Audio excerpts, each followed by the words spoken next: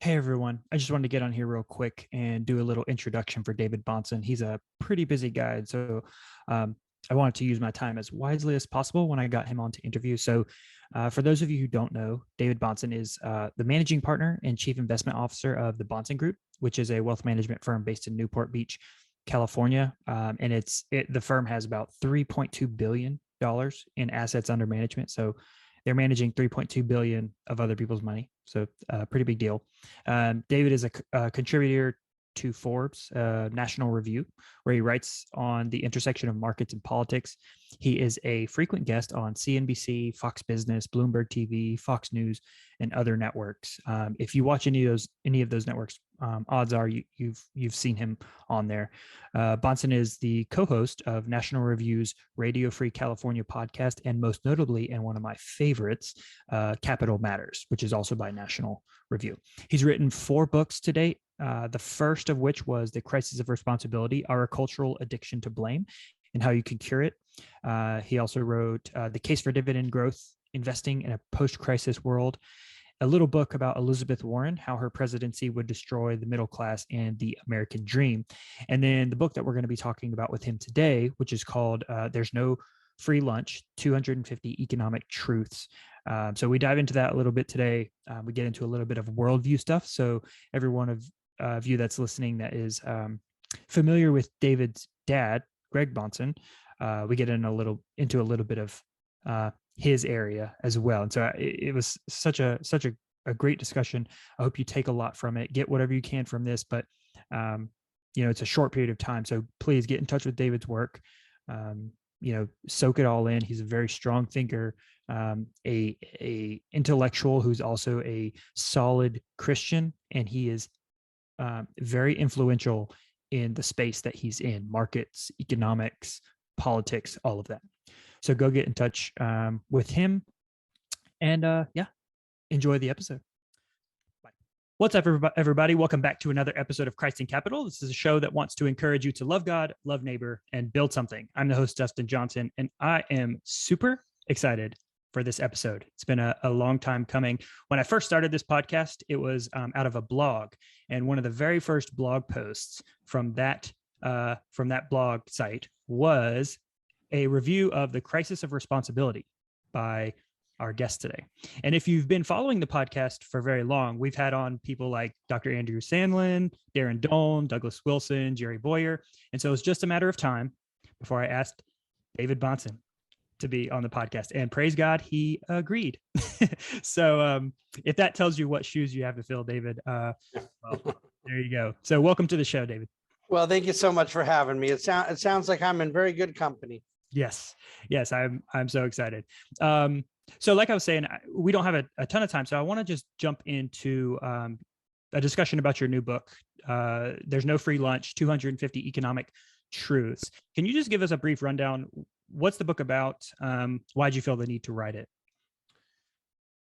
Well, essentially, the book is intended to provide people a kind of daily economic devotional. It's meant to be a kind of daily reading that people can reflect on, taking various subjects that are pertinent in the field of economics. It's categorized, compartmentalized, by those different subjects. And what I've done is take a quote from generally famous economist, oftentimes a very dead one, and other times a newly dead one, and other times a still alive contemporary, but generally, giants in the field of economics who I think captured something important to say. And then page by page, I've offered my own commentary or editorializing of that economic truth. There's an introduction and a conclusion that's meant to pull it all together. But my strong hope for the book is that it takes people who already have some form of instinct around free markets, some general impulse that makes them attracted to the idea of free enterprise, but maybe are not totally prepared to defend it or understand it, don't necessarily have a root worldview behind their affections for free markets, and provide them the tools and equipment they need to better defend the concept of a free and virtuous society. Okay, awesome. So would you say that, so a lot of people who listen to this podcast probably have a fundamental understanding of, things like the Austrian school and the Chicagoan school and pricing and incentives and risk and reward and all those sorts of things. Will the readers need to be kind of entrenched in those ideas to get a lot out of it? Or do you think someone, just a common average Joe, can pick it up and say, get a lot out of it? I believe that a common average Joe can pick it up and get a lot out of it. And I wasn't sure if that would be the case or not as I was writing it, but I'm feeling increasingly confident in that day by day. Like most things in life, there's usually a vocabulary hurdle.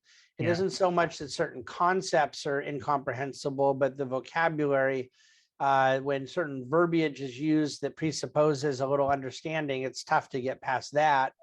But I've used the book with juniors and seniors in high school in a economics 101 course that I'm teaching.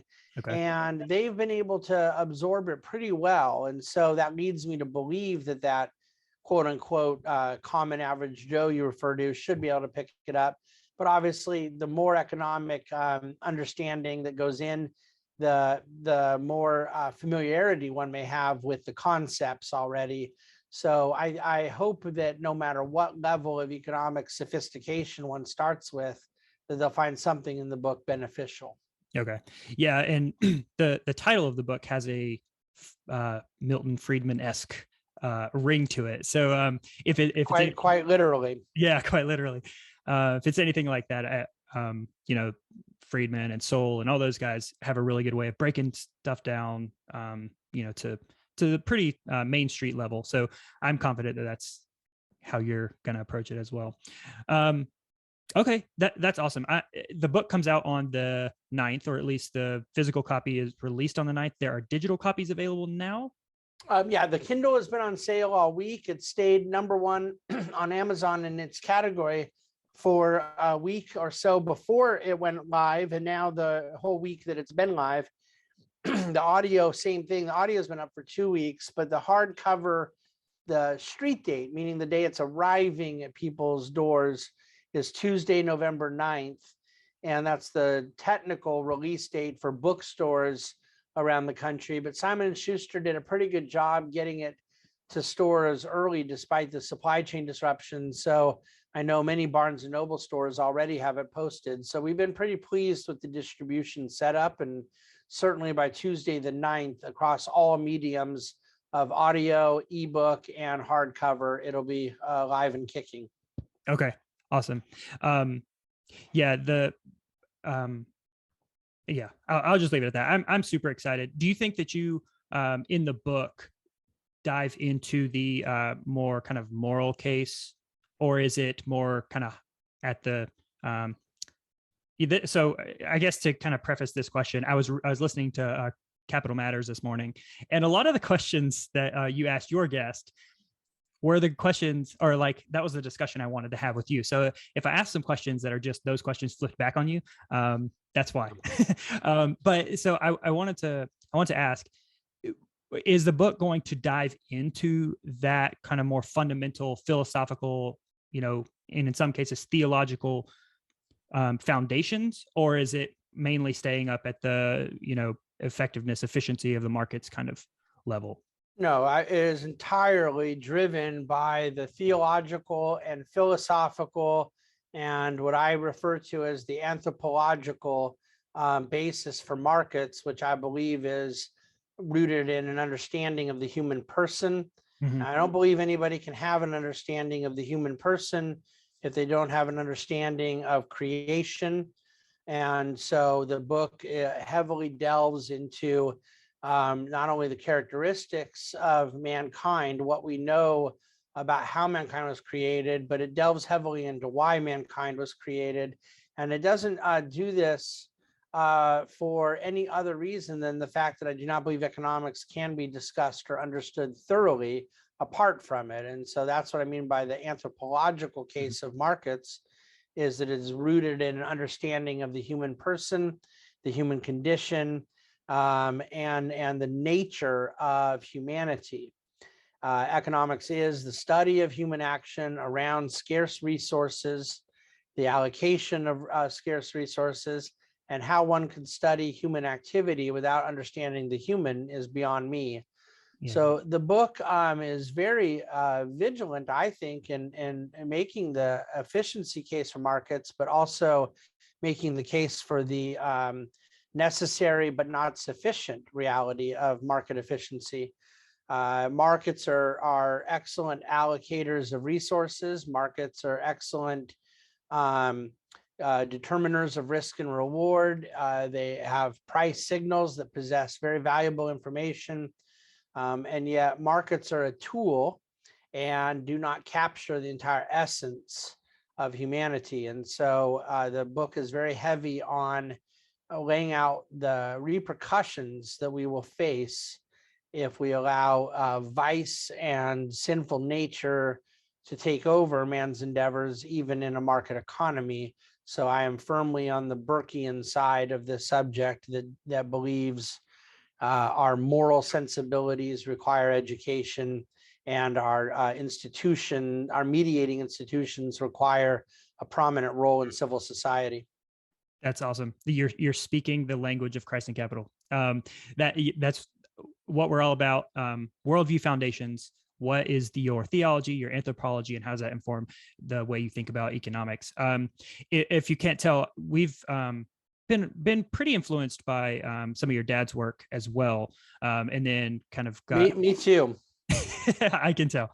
And so when I got in touch with you and your work, I really latched on just because you and I are in kind of the same fields. If I told you what company I work for, I'm sure you probably have worked with a lot of them. So so if that tells you anything about where I'm coming from, then so be it. But I wanted to ask you, do you think there are, I guess, what do you think are some examples or an example of the way our worldview comes through on the balance sheet or the income statement? So I know this is a kind of a question you don't get very often, but I want to kind of probe a little bit. How do you think that there is a way that our fundamental understanding, the assumptions that we approach the market with, can affect the way that our balance sheets end up, our income statements end up?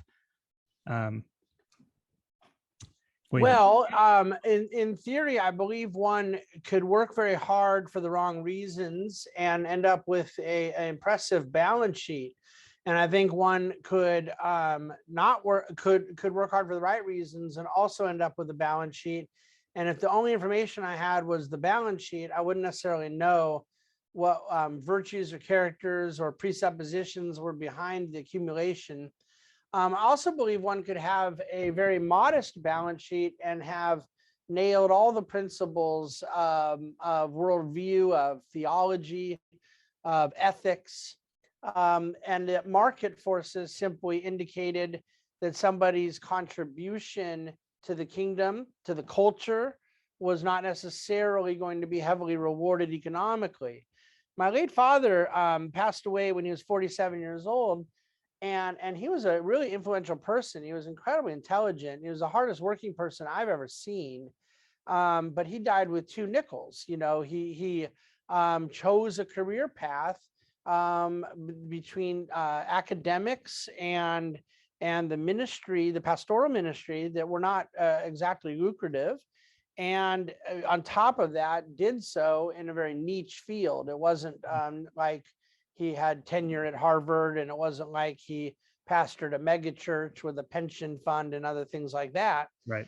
And so market forces dictated that he was never going to have much of a balance sheet. And yet I would argue that there was a lot of obedience and industriousness in his day-to-day living.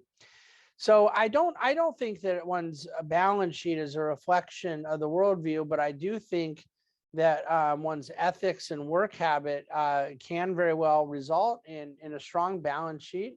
But again, far more important than the numbers that may appear on a piece of paper, I think, are what I argue wealth is. And wealth is accumulation of knowledge, of goods, of services, of ideas that all lead to a process of human flourishing, a better quality of life. Yep. And those things are not often measured in one stock portfolio. So I don't have a pietistic answer to say that money is irrelevant, because I don't believe that, but I also don't believe that it's the sole arbiter. The scoreboard of worldview is not a balance sheet. Yeah. Okay. That's awesome. I like it. A lot of the Christians who are on the kind of post-millennial side, which I tend to find myself in, think the draw is to see worldly progression as at least an indicator, a soft indicator of the gospel going forth, or something like that, or have some way of saying, hey, the gospel is going to do something in the world, right? Well, yeah, but see, there's a difference in the question there versus what you asked before on the micro and the macro. Like, do I think generally more obedient cultures tend to be wealthier than disobedient cultures? There's no controversy in that statement. Countries of heavy paganism and things like that, on a high level, top down, they tend to be poorer countries. And yet here, though, what we have at stake, like the United States, you could argue has become a very secularized or disobedient country, Yeah. but it has a great deal of wealth. But I would just simply argue that has to do with people oftentimes doing a lot of the right things, but now disconnected from the right reasons. But the heritage that goes into these things, there's an awful lot of capital that builds up, and DNA one can tap when you're talking about cultures and countries. And I think that's different than maybe an individual's balance sheet. Yep. Okay. That's perfect. Maybe the last question for you. It seems to be historically a correlation between freedom, economic freedom, and flourishing of an economy, or at least a strong correlation. Do you think there's a causal factor there? I mean, is it a causal thing? Oh, it's most definitely causal. But what I think what we've learned from the great Milton Friedman is that political freedom is a necessary, but not economic freedom is a necessary but not sufficient condition. Mm-hmm. And ultimately, you create a virtuous cycle when you have both economic and political freedom. I think for Milton's purposes, those two terms were comprehensive enough. But I do like economist Louis Gove turned me on to the idea of including the third category of civic freedom. I think a lot of us think of political and civic freedom the same thing. But I would argue things like religious liberty might be almost a category all of their own.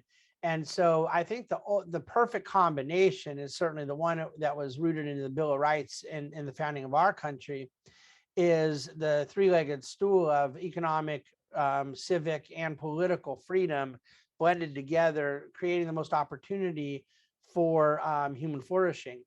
But on a smaller scale, we know from other examples, and the great one, obviously, in the last 25 years is modern China, mm-hmm. that you can still develop an upwardly sloping trajectory with limited civic freedom and limited political freedom, but greater degrees of economic freedom. But it has a lower ceiling, and that is something the history has been very clear about. Mm-hmm. The proper recipe involves all three. Yes, that's awesome. I heard Jerry Boyer say one time, which I had never thought about. He said, all things held equal, China for the past 50 years should have had a higher GDP than us, just by the sheer amount of people. And he may, sure. He can correct me. He'll probably come on and tell me I restated him wrong. But the idea that America has had these fundamental underlying principles and high emphasis on freedom and personal ambition and being able to pursue your goals and all that stuff, that has a huge impact on the GNP of a nation, which I thought was a really fascinating way to think about it. Well, and by that metric, the implication is a huge economic theme of mine, which is that even if it's marginal, even if it's not the difference between, Hayek talked about the road to serfdom. He didn't talk about the cliff to serfdom. the reality is that government debt is a great measurement of that freedom. The lower the debt, very likely, the greater the freedom, and the higher the debt, very likely the lower the amount of freedom, in the sense that they're inversely related, the size of government and the responsibility and freedom of the individual. And I think you see over the last 15 years, incredible downward pressure on our economic growth. We're still such a strong and capable, productive, and technologically and educationally advanced country that we still have had positive real GDP growth. Yeah. But it's half of what's post World War II levels. And I believe the reason for that is very clearly connected to the greater debt to GDP ratio that we suffer through as governments become larger. And so there is in that a sort of algebraic manifestation of the freedom principle applied to economic growth. Yes.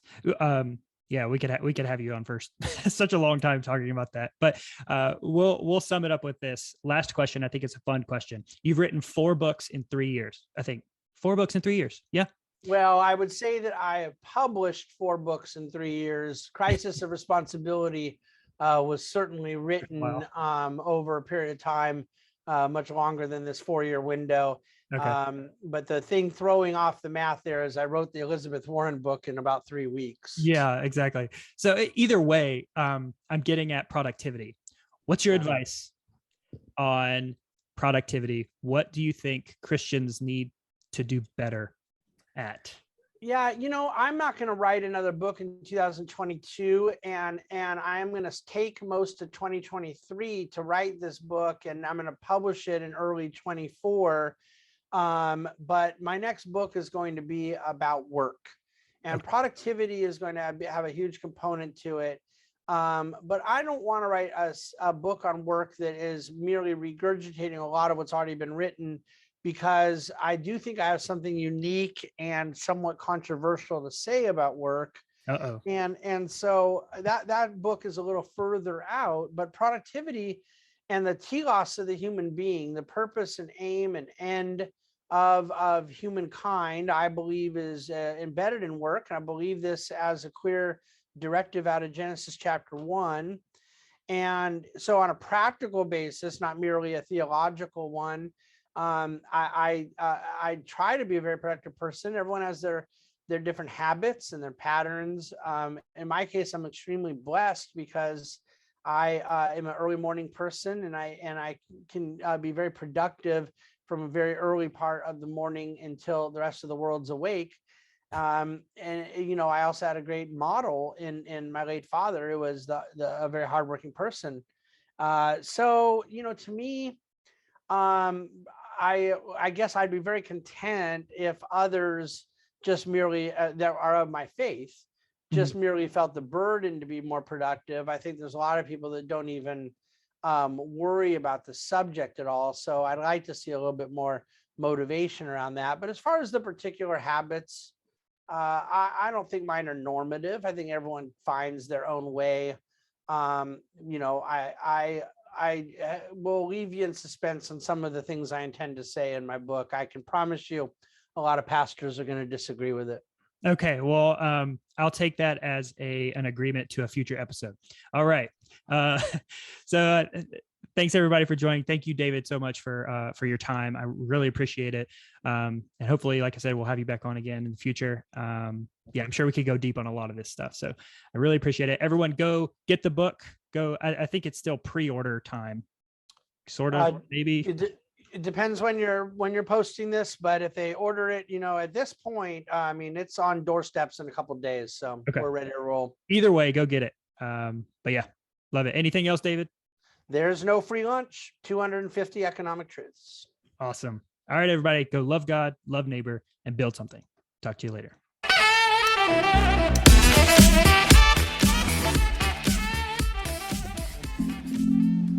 This has been a Manifold Ministries podcast.